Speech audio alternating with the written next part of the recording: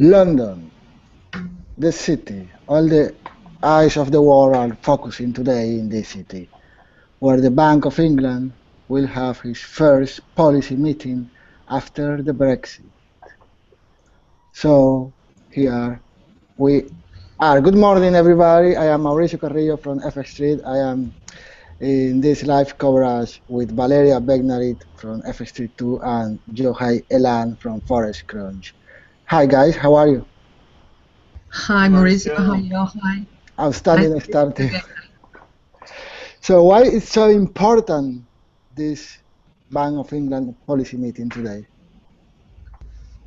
Well, mostly because it's the first one, as you said, after the Brexit, and particularly because a few days after the Brexit, Carney said that he's ready to implement ESG as soon as the summer. This is the first meeting. We have another one in August in 3 weeks, as Yohay was telling me a few ago. So we're expecting action, and I was checking the history, and the last time the Bank of England cut rates or did something, in fact, was in March 2009, right? So we have been over 7 years without action in the Bank of England, always an non-event. Maybe we had a couple of members voting to cut rates, and the rest on hold, and then back the 9 on hold, but that was the most action the Bank of England offered in the last 7 years. And well, here we are waiting for some real news coming from the bank. Yeah, real action. And Yohay, you are expecting a lot of action today. What we can expect from the Bank of England? Well, according to bond markets, sorry, a cut is expected from 0.5 to 0.25. Along the comments of Mark Carney, as Valeria mentioned, that they'll do something now and more in August. But on the other hand, a rate cut will not help so much, and economists are sort of split in the middle, according to the Bloomberg and Reuters surveys. So maybe we won't have a cut now. Maybe the Governor Mark Carney will wait for the new government that just begins its work today, basically, and we'll wait another 3 weeks until they have the quarterly inflation report and more talks with the government, and then make new decisions. So I think I'm very happy that today we'll have a big event, whatever the outcome. There have been too many non-events, as Valeria mentioned. No rate cuts, no rate changes since 2009. And last time QE was changed was in 2012. So looking forward, yeah, big event. Yeah. Yeah, and coming to the chart, the British pound against the US dollar, there is some recovery in the last hours. But what do we can expect in terms of charts, Valeria? Well, if you can see my chart now, Yes. you will see the pair, the price start around the 23.6% retracement of the post-Brexit decline, right? And in fact, if you check even before the pair bottom around 28, the level has been quite relevant also, that Fibonacci area, right? So combining the technical and the fundamental, right? If somehow Carney is less dovish than expected, right? Or maybe if he delay any decision for August, maybe we'd see the pound recovering further, right? And breaking above this 33.20, 33.50 region, and therefore extending its recovery up to this level at 35. It's what I'm waiting for in the case of a ultra bullish scenario for the pound, which it's unlikely. But anyway, I'm still thinking that any upward move in the pound will be a selling opportunity after the dust settles. So I will be waiting for the pair to top and try to sell it rather than catch it in its way up, you know. Yeah, we started having questions in the chat. So there is for you, Yohay, what are the currencies to pay attention today that could be most affected by the Bank of England outcome? Well, first and foremost, the British pound. I would say, well, first of all, I'm looking at cable, of course, as Valeria mentioned, the levels before. Other currency pairs to watch are, of course, pound crosses, the pound, the euro pound, but the euro has been so stable. Once again, it entered this frustrating range. Perhaps more interesting would be the pound against the yen, the dragon, the gepi, because we also had quite a bit of news from Japan, new elections, talk about a stimulus program, and most importantly, Ben Bernanke spent some time in Tokyo talking about helicopter money being denied by the government. Lots of rumors about that, so the yen has been weakening. So in case there is a no cut, and perhaps the recent rise in the pound reflects expectations for no move, at least for now, from the BoE, then perhaps pound yen could continue higher on this weakness of the yen as well. But well, I focus mostly on cable and pound dollar. Yeah, one thing that I would like to add to that is that beware of the euro dollar, because it may move in the opposite direction of a pound if the reaction is too big and affects the euro GBP, right? We can have that kind of weird movement at the beginning of or after the announcement. The euro go in the opposite direction of a pound. Not that it's going to happen, but it may be a chance. And the other currency that I would pay attention to is the Aussie, because it's clearly bullish. The rate differential between Australia and the rest of the world is too big to be ignored. The pair has erased all of its post-Brexit losses. It's pushing through the roof of this ascendant channel. I do believe that as long as stock keeps rising and market maintains the positive mood, the pair has chances to move even higher and retest the year high around 78.34 for me. Well, 78.30, let's say, in the upcoming days. Maybe not today, right? But if the positive mood persists, I will be paying more attention to the Aussie, because it's the one that has a reason to keep on rallying. Yeah, okay. Moving to the gold, there is a question in the chat for you, Valeria. What do you expect from the gold? The gold is at risk of further slides today, but mostly I do believe that what we are seeing is profit taking and all this run towards higher yields. So it will depend, of course, again on the positive mood of or negative mood of investors, and will depend on stocks, right? If stocks keeps rising, or gold will probably fall further, and if somehow stocks begin to rotate, I would expect gold to recover. What I was watching these days is that we have a double roof, right, around 1375, and we have broke up below the neckline of that level and even completed a pullback to it earlier today. So there's the risk that we may test 1300, or maybe this area, which is the 38.2% retracement of the latest bullish run, 1310. But I honestly don't see much of a strong downward potential in here, right? If we consider the Fed will remain on hold, it has been the main market driver for gold. As long as the Fed remains on hold and dismissing intraday moves or violent moves due to events like the Bank of England, I recover. This is a correction that will probably extend, but that's the level I'm watching. And if we regain 35, which is the neckline, right, of a figure I mentioned, then we will probably see a recovery up to 46 or so, where we have the 20 simple moving average in the 4-hour charts. Okay, thank you, Valeria. So we are 3 minutes ahead. Ahead of the. So just like a recap, Yohay, what we can expect, what we are expecting. Well, the first reaction will come from the decision on the rates. That's easy.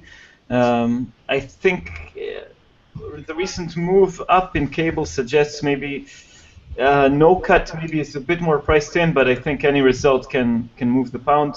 No cut means the pound shoots higher. A cut means it falls. Some talk even about a chance of a cut to 0. I see very low chances. Second thing to watch is if there's any change in the QE program, currently at 375. Sorry, and then the minutes. The minutes of the meeting will tell us what they intend to do, or more or less think of doing in the next meeting, and that will be the second reaction in markets. My bet is again on a cut of 25 basis points, but really there's no clear consensus this time, so it'll be interesting, as we said. Okay, nice. Yep, go ahead, Valeria. Sorry. saying that I had the idea that Carney said something about reviewing growth and inflation forecast today in this meeting when he spoke last June 30, but I'm not pretty sure if it's that way, if we are going to get the final reviews today or with the inflation report later in the upcoming weeks. But still, there's a chance that they can review inflation and growth due to the extraordinary event of the Brexit, and therefore that will also be able to move the market. Anyway, less than 1 minute to go. Remember, guys, we have a bit of a delay. You will see the reaction in charts, and then you are going to talk the results, the numbers. I'm gonna type the numbers in the chat. So let's see what is bringing. Nervous. We're all nervous. Okay. 2, 1. Yeah. Okay.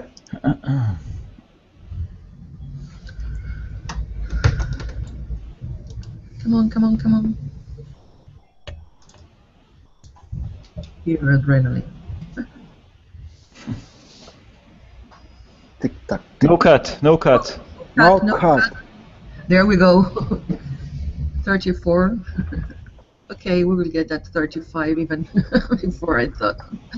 34, 30. Whoa. What a surprise. Okay, look at the pound. Yeah. There was one member voting for a cut. Only one. Just one? Mm-hmm. Oh, wow. Yeah. No QE extension either? No. No, 375. On hold. Okay, and just one voting for a rate cut. The market was expecting at least 3. Okay, guys, don't jump anywhere too fast because this is going to get wild. We're going to see 50 pips moves either side of the board, back and down, but of course this has been a bit bullish. Stocks are losing ground because stocks were cheering up more easing, right? That's why stocks rose to record highs. So that should help the gold to recover some, and the Australian dollar will probably retreat alongside with stocks.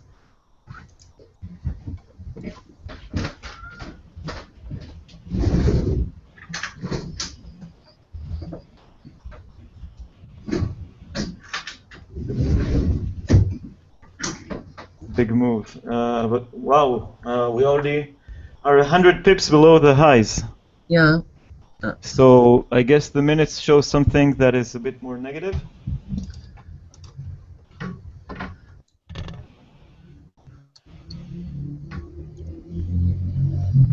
$9.0 in favor of no QE yet.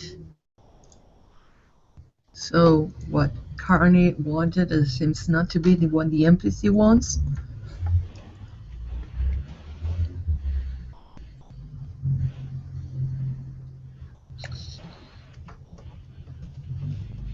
I didn't get the minutes yet. So now we can expect some recovery from the pound, right? You know, it's no cut. The pound will maintain its value. As I told you earlier, this is the initial reaction, you know. I do believe that after dust settles, the pound will resume its slide. Not today, probably, but there's not a big support for a bullish run in the pound. And meaning they are living in the euro area, they don't seem to have a good plan to do it. Now that we got resume as prime minister, it's a bit more order, right? But she's also in no rush to trigger the Article 50 or the treaty, Lisbon triggered. So there's a lot of uncertainty yet surrounding the euro area. Not to mention, she chose Boris Johnson as foreign secretary, which has been quite critical, and the public didn't take it too good because he has been anything but a diplomat in the past. So the Bank of England says. I'm being polite. So yeah. Whatever happens today, it doesn't settles the future of the pound. You know what I'm trying to say? Okay. So, and then the Bank of England is saying that everything will be decided following the forecast that will the staff publish in August. Yeah, they say that more stimulus is expected in August. Okay. So that explains the big slide from the highs. Currently 133.60 or over 100 pips off the highs. Yes. So they will keep us waiting. Yeah. But at least it get interesting, unless it was not a non-event. Anyway, pound retracement has held about that And area, low gains? I would say, in this 33, 20, 40 region where we have for highs and the FIBO. So if we hold above that level, after, I don't know, maybe 30 minutes, the pair could keep on running, right? Intraday, short term, I mean. Sorry, what were you saying, Mauricio? Yeah, it's about the vote. Let me watch again. The information is, yeah, one person was voting against the decision. He was Liege. I don't know if that is, I am Yeah, pronunciation it's well. complicated. Yeah, but nobody was in favor of QE. So it was 9 against 0. 0 votes in favor of QE, 9 votes in favor of no more QE. That's Impressive. what. Yeah, impressive how the euro remains dead around 111. Yeah. Been dead for a long time. Yeah. A zombie. Yeah. That's a kind of a triangle. It's like yesterday, David Cameron was saying that I was the future once. Yeah. So if you say about the euro was the future twice. That's a good one. Yeah. Yeah. I do believe that this level, which we have topped twice after the Brexit slump, which is 1189, it's the level to take to talk about bullish continuation, and 110 is the base of a range for me. So as long as in between 110 and 111.90, there's nothing to do with this, but to play that range in short term, I mean, right?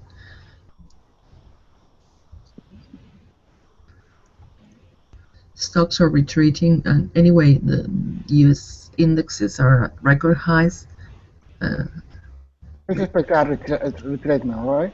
What? Sorry? It's expected a retracement. Yeah, since we're going to retrace because all of this bullish run we have seen in here was based on hopes that both the UK and Japan will add stimulus in this week's. UK says no. Maybe they do something in August as they are hinting now, but we will have to wait. And the Bank of Japan, I'm not sure of the date, but I know they met by the end of July, right? So we have a couple of weeks without easing for now. Yeah. Let's see if we can get more headlines.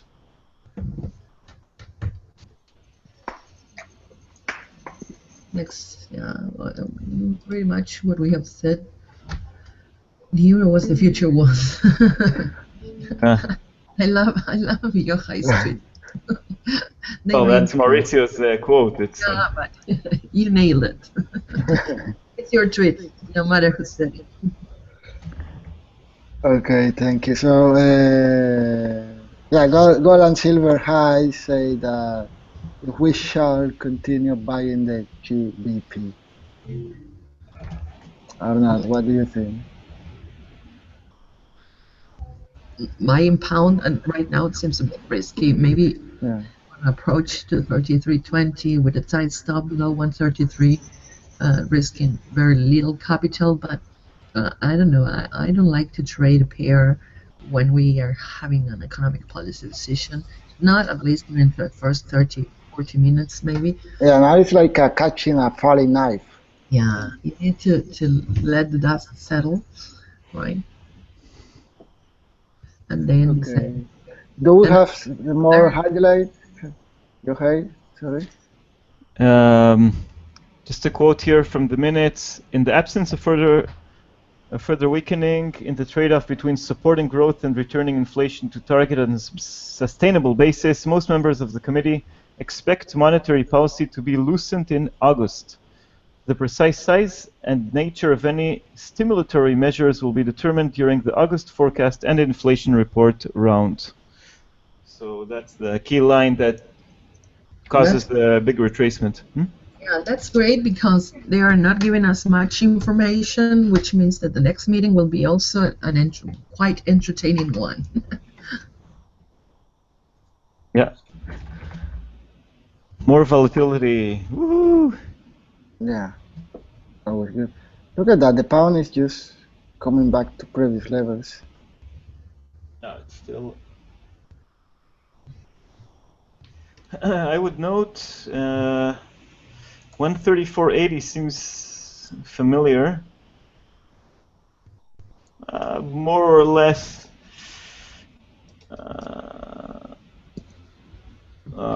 No. Okay. What's the 33 pound? Yeah, let's talk about levels. What are the levels to watch in the bullish and in the bearish side? Well, if we break through 32.80, I would expect the pair to return to 32.20. That's the next. Those are the immediate supports for me. But seems we're going to recover some from here. I'm not seeing much of, as I said, 33 seems to be a line in the sand right now, and the pair may recover some ground. There is Paxton asking if they don't have enough data yet, what will be the difference in 1 month? Yeah, they don't have that. Yeah, because BoE staff will publish its forecast in August, right? Yeah. Yeah, but they'll also have updated purchasing managers indices, PMIs for July. They'll have, well, next week we'll have retail sales, inflation, and jobs for June, which is mostly pre-Brexit. And they will have maybe more details from the regional offices of the Bank of England across the country. And I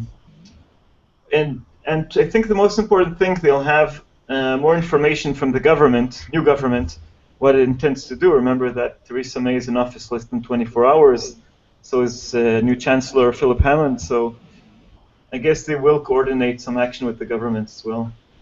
Okay. Yeah, and I'm paying attention to gold. Take a look. It's unable to rally, to regain the upside despite the stocks are retreating or so. So it seems we are going to extend the decline today. It's looking more bearish for me after the event since it was unable to recover, even though stocks are sliding.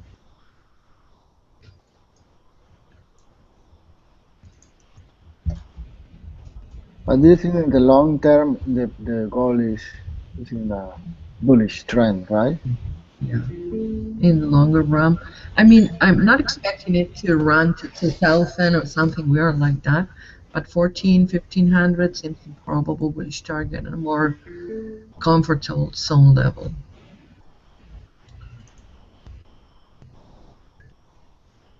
Okay, looking for more highlights. Current high of 134.80 seems to me, 134.77 looks to me is shaping into resistance. It's more or less the line. The post after the Brexit, we had another weekend gap, which was never closed. Yeah. And the high there was around, well, just around 135. Yeah. So that's the high for me.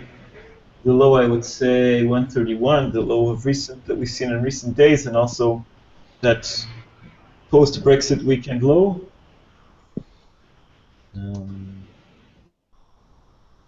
It's the wide range.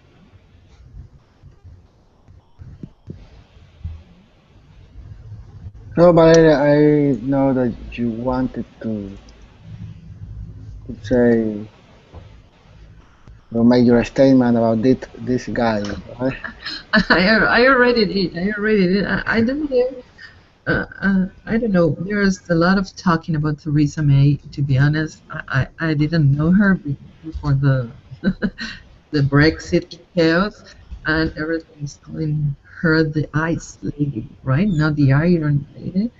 And she seems to be well determined until he put this guy in the foreign secretary for me, because I don't want to be disrespectful, but he seems to be quite a clown. And I don't believe that even London respects him. He has been the mayor of London, right? Something like that. And his image dropped terribly after he insulted Turkish president and talk about Obama, Sunset Street. Meaning he has no diplomacy at all. So, and take a look at his hair, my God.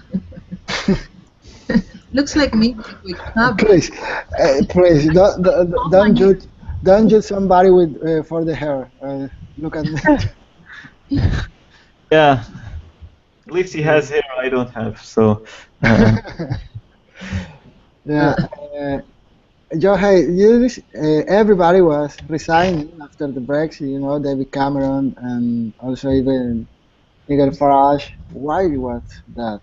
Why everybody was resigning? I think And they why didn't want to take Farage? responsibility. Yeah, but Farage won the Brexit vote. Yeah, but he didn't want to take responsibility for his actions. Yeah. That's a good one.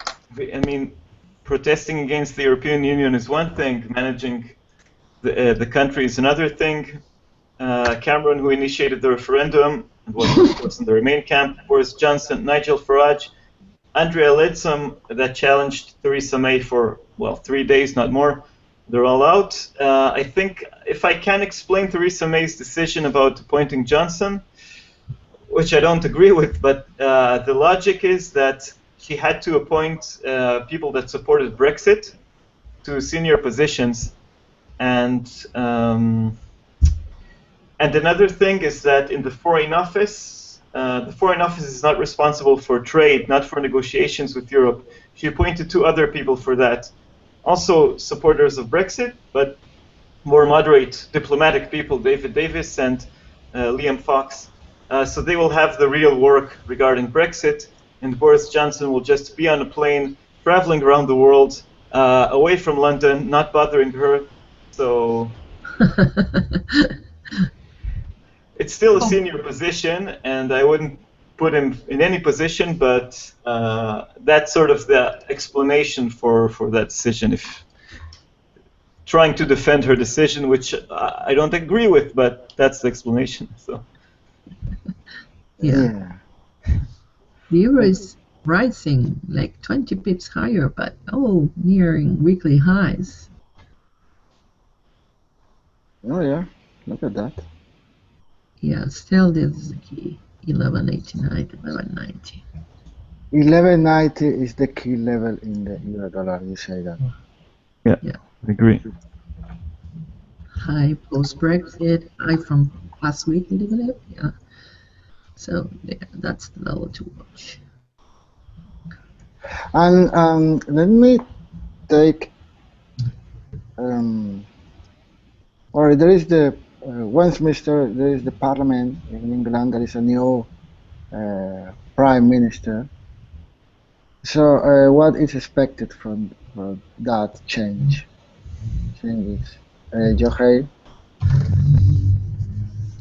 what we can expect? The new leader and the new staff, and she will present the Article 50 as soon as he's in the seat, or what? No, she didn't speak too much, so I can only guess. I think that they're not in a rush to trigger Article 50. I think she said that it'll come later in the year, but we'll hear from her a bit more in the next few days.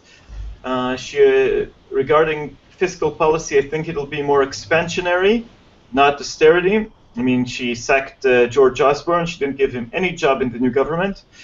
And he was championing austerity, at least in the first Cameron government. So I suspect there is a chance for more fiscal stimulus, but we really don't know. She's been Minister of the Interior, Home Minister for 6 years. She focused on that job, talked a lot about issues regarding immigration, police, things like that, but nothing about economic policy. Her speech, at least yesterday, was sort of, we want to include everybody in the economy. She sounded a bit like, more like labor, more like socialists, but I really don't know. I mean, she's less than 24 hours in office, so. Yeah, that's right. And Valeria, you recently published a video that you say that the Bank of England, Mark Carney it's saying that he was the only who has a plan post Brexit. But what about after today? Well, there is still a lot of political uncertainty in UK, and as Yohay had said, Theresa May has been in the office for less than 24 hours. She's forming her teams. She's just starting. At least she didn't said anything wild yet, like, for example, Yellen did when she got as the Federal Reserve President. But anyway, it's still wait and see. But I still believe that there's a lot of uncertainty. I know she's a Remainer. I know she will honor Brexit. This is what she has been saying. But also, I believe that she's in no rush to start the process of being a member of the euro area. And I do see that the rest of the euro area is in a rush to get rid of England now, right? It's like a bad thing. You have to move over quickly for the rest of the union. And that's why I believe that they're in a rush, because honestly, I don't believe that this could be the beginning of the end of the euro area. It's a huge major crack. We're not talking about it too much, but Italian banks are collapsing, and that could be the next crack. Greece is always in trouble, always needing money, not able to recover, and that's another probable crack, right? And it seems like after the first one, which is this Brexit, we can get the others pretty fast, and that will be terrible. What I'm also thinking is that we didn't heard much about Draghi, right, these days. He has been too quiet. We have this meeting soon, but I would like to hear him. I would like to hear what he's thinking, what he's planning, how this will affect the euro area decisions and the ECB decisions, right? So at this point, I don't know, uncertainty. But there's a lot of things that need to be clarified before we see a clearer picture of the future for both the UK and Europe. Yeah, that's right. So we'll hear from Draghi next week. Yeah, that's right. I fear him. What we can expect from Draghi next week? To be honest, I have no clue. I really have no clue. I'm hoping he assesses the impact of the UK exit, and that's the most I can hope, But I have no clue at this point what he will do, said, think, nothing. He did say that he was sad to hear the decision after Brexit. The word that best describes it is sadness. That's what he said. But I also have no idea what he'll do. I can only hope that he moves the euro like Carney moved the pound today, but given the recent past, cannot expect too much. So. Okay, let's move to the BoJ, Bank of Japan, after the victory of Abe. What we can expect from that pair, Valeria? Well, both Abe and Kuroda have been working really, really hard these last days to say that they are ready to launch super stimulus, fiscal, monetary. We have been talking about them, talking with Bernanke, helicopter money, yes, helicopter money, no.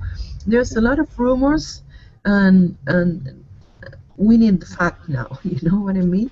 I really expect them to bring something to the table by the end of this month in their meeting, or otherwise the dollar Japanese yen will plummet and probably even below 100, But overall, what I'm seeing technically in dollar Japanese yen is that we have reached this 105.50 region, which is sort of a strong static resistance. We have a former bottom there, right? And that pair is also still developing well below its moving average. This is a 100, this is 200. So there's not a clear bullish picture in here. You know what I mean? I would like the pair to move beyond 17.80 to talk about bullish continuation here, and that will depend on what they do. But keep in mind that if they offer a moderate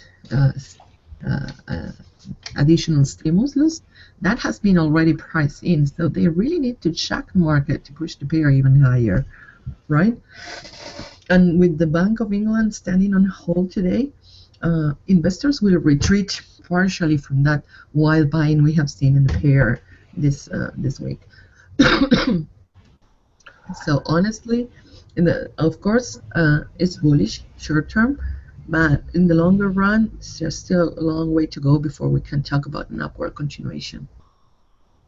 Okay, and Yohay, Valeria has echo from you. Yohay, what the victory of Abbey the last weekend? It was like it spurred the euphoria in the market. Why was that?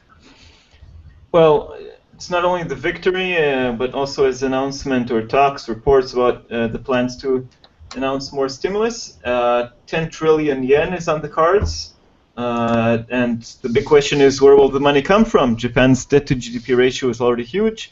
And there is more and more talk about helicopter money after what we mentioned Bernanke. As Valeria said, if this will not come soon, the dollar yen can reverse course back down, fall below the Brexit low of 99. I don't think it will come soon for one reason. The United States elections in November. If Japan goes to the sort of beyond the next step, it's pioneering monetary policy and basically monetizes the debt, prints money, perpetual bonds. This will anger the United States, anger China, the number 2 and number 1 economies in the world. So I think they'll wait for after the elections to do that. But anyway, this will probably, Japan will probably be the first, but not the last country to go for this helicopter money thing. And I remember this week on Monday, Joseph Trevisani said that we are running out of, well, you know, the Bank of Japan and the ECB are running out of bonds. So out of everything. Out of everything, yeah. What do you think about that? You know, what could happen if, yeah, you know, the bond market is just going wild, or what do you think about that? Well, Yeah, Valeria? that's what you're talking about, helicopter money, just printing money. By printing money, which was pretty much what Bernanke did in the US, and this seems to be the last resource, and I don't think in any way will benefit Japanese yen or any currency to the fact, right? But back to your previous questions, when you talk about elections, the outstanding victory of Abe seems to be a major support to Abenomics, right? So overall, it seems that we're going to get more easing in Japan. Although I agree with Yohay that they are so they have it so good to miss the opportunities. You know, they always miss opportunities in the Bank of Japan. This is their opportunity. This one to really act, to really provide, and they usually don't do it. So maybe it's what we're going to get. That's Bernie with the money and the culture money. Yeah. Yeah. They missed opportunities to act. The negative rates didn't work, and then they talked about more action. That happened this year, so yeah, they'll have to deliver.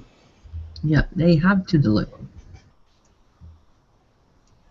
And Okay, we don't. so let's get asking Valeria about the 11.90 in the euro dollar.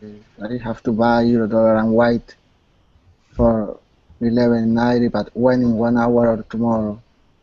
I don't believe the pair I would say not that being a target, but that being the level to break to confirm a bullish move, you know. The pair is modestly bullish right now, but what I'm also watching is that stocks are raising their initial losses, not really far from record highs. Gold remains under pressure, so maybe this upward move may extend up to that level, right? But I would like to see a break above it to talk about a bullish era. I don't feel comfortable with the pair at this zone. It's true we're at weekly highs, but still not confirmed the upward move.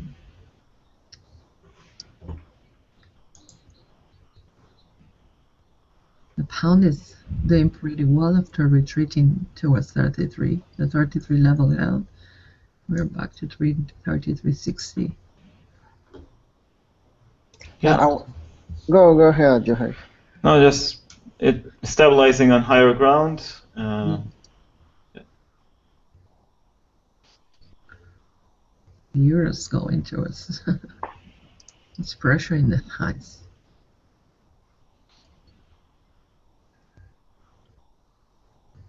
The yen also changed road.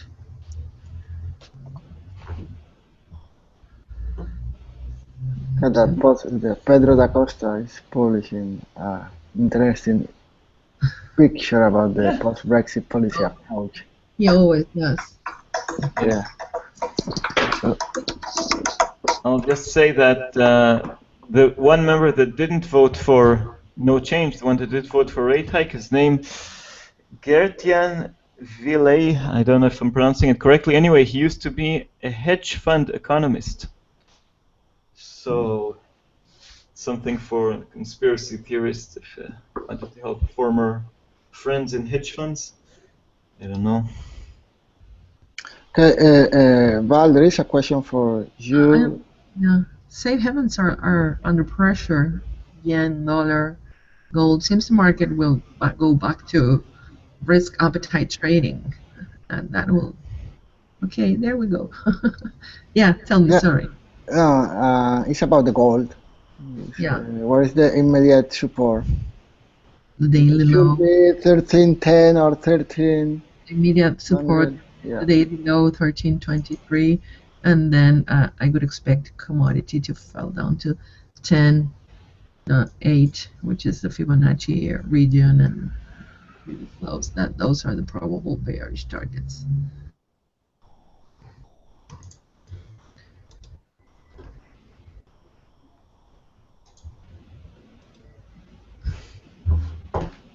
Okay, so guys, what do you think about to make? Well, no, look at the euro dollar. The Yeah. euro dollar is going higher. Yeah, as I said, safe havens are back under pressure. Dollar, yen, gold. And what do you think about the Aussie? I love Aussie. It's going to go up. They're just waiting for stock to completely erase their their losses, but the DAX is above 10,000 quickly, though at record highs. The Aussie will probably break higher too after Wall Street opening. Okay, so let's do the wrap up. Okay. What happened and what will happen and what we can expect from the next meeting to and ahead of the ECB market. Well, there is a lot of topics to run. Valeria, if you want to start? Well, pretty much what we had today was the Bank of England staying on hold, but telling us that they won't be there for long, and that in August they are going to review their forecast, and they will probably extend easing, although they didn't hint how or for how much, which opens the door for another interesting meeting in just 3 weeks. But overall, seems the market is trading risk sentiment, risk appetite right now, rather than whatever the Bank of England had decided, and safe havens dollar and yen, gold are under pressure. the pound could keep recovering, as I said, up to 35, 35, 30 maybe, but the long-term run and background has so much uncertainty that it will probably return to the downside. Still, I don't see it breaking below 130 anytime soon again. I do believe that 128 was a major bottom we have seen in a spike of panic selling rather than anything else. And for most, I would expect markets to keep on running, particularly if stocks recover during the upcoming US session, And it's a wait and see. Let's see if the market can run without easing. Stocks can run without easing.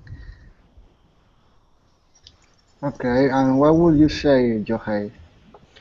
Yeah, I'll add that, well, we've seen cable run up to more or less the post-Brexit weekend gap high, 134.80, and since then it retreated.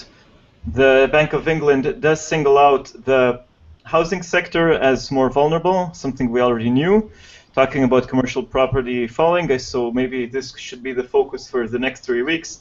Signs from housing sector of how hard it was hit. Anyway, another 3 weeks of speculation. I see pound dollar maintaining a relatively wide range. I agree with Valeria, it will not fall to new lows probably in the next 3 weeks until we hear from the BoE. But I think it'll be still more vulnerable. Now it has this sugar rush of no rate cut, but things could change once we get more data, a gloomy forecast from the government, from the Bank of England. So I also don't see it rising too much.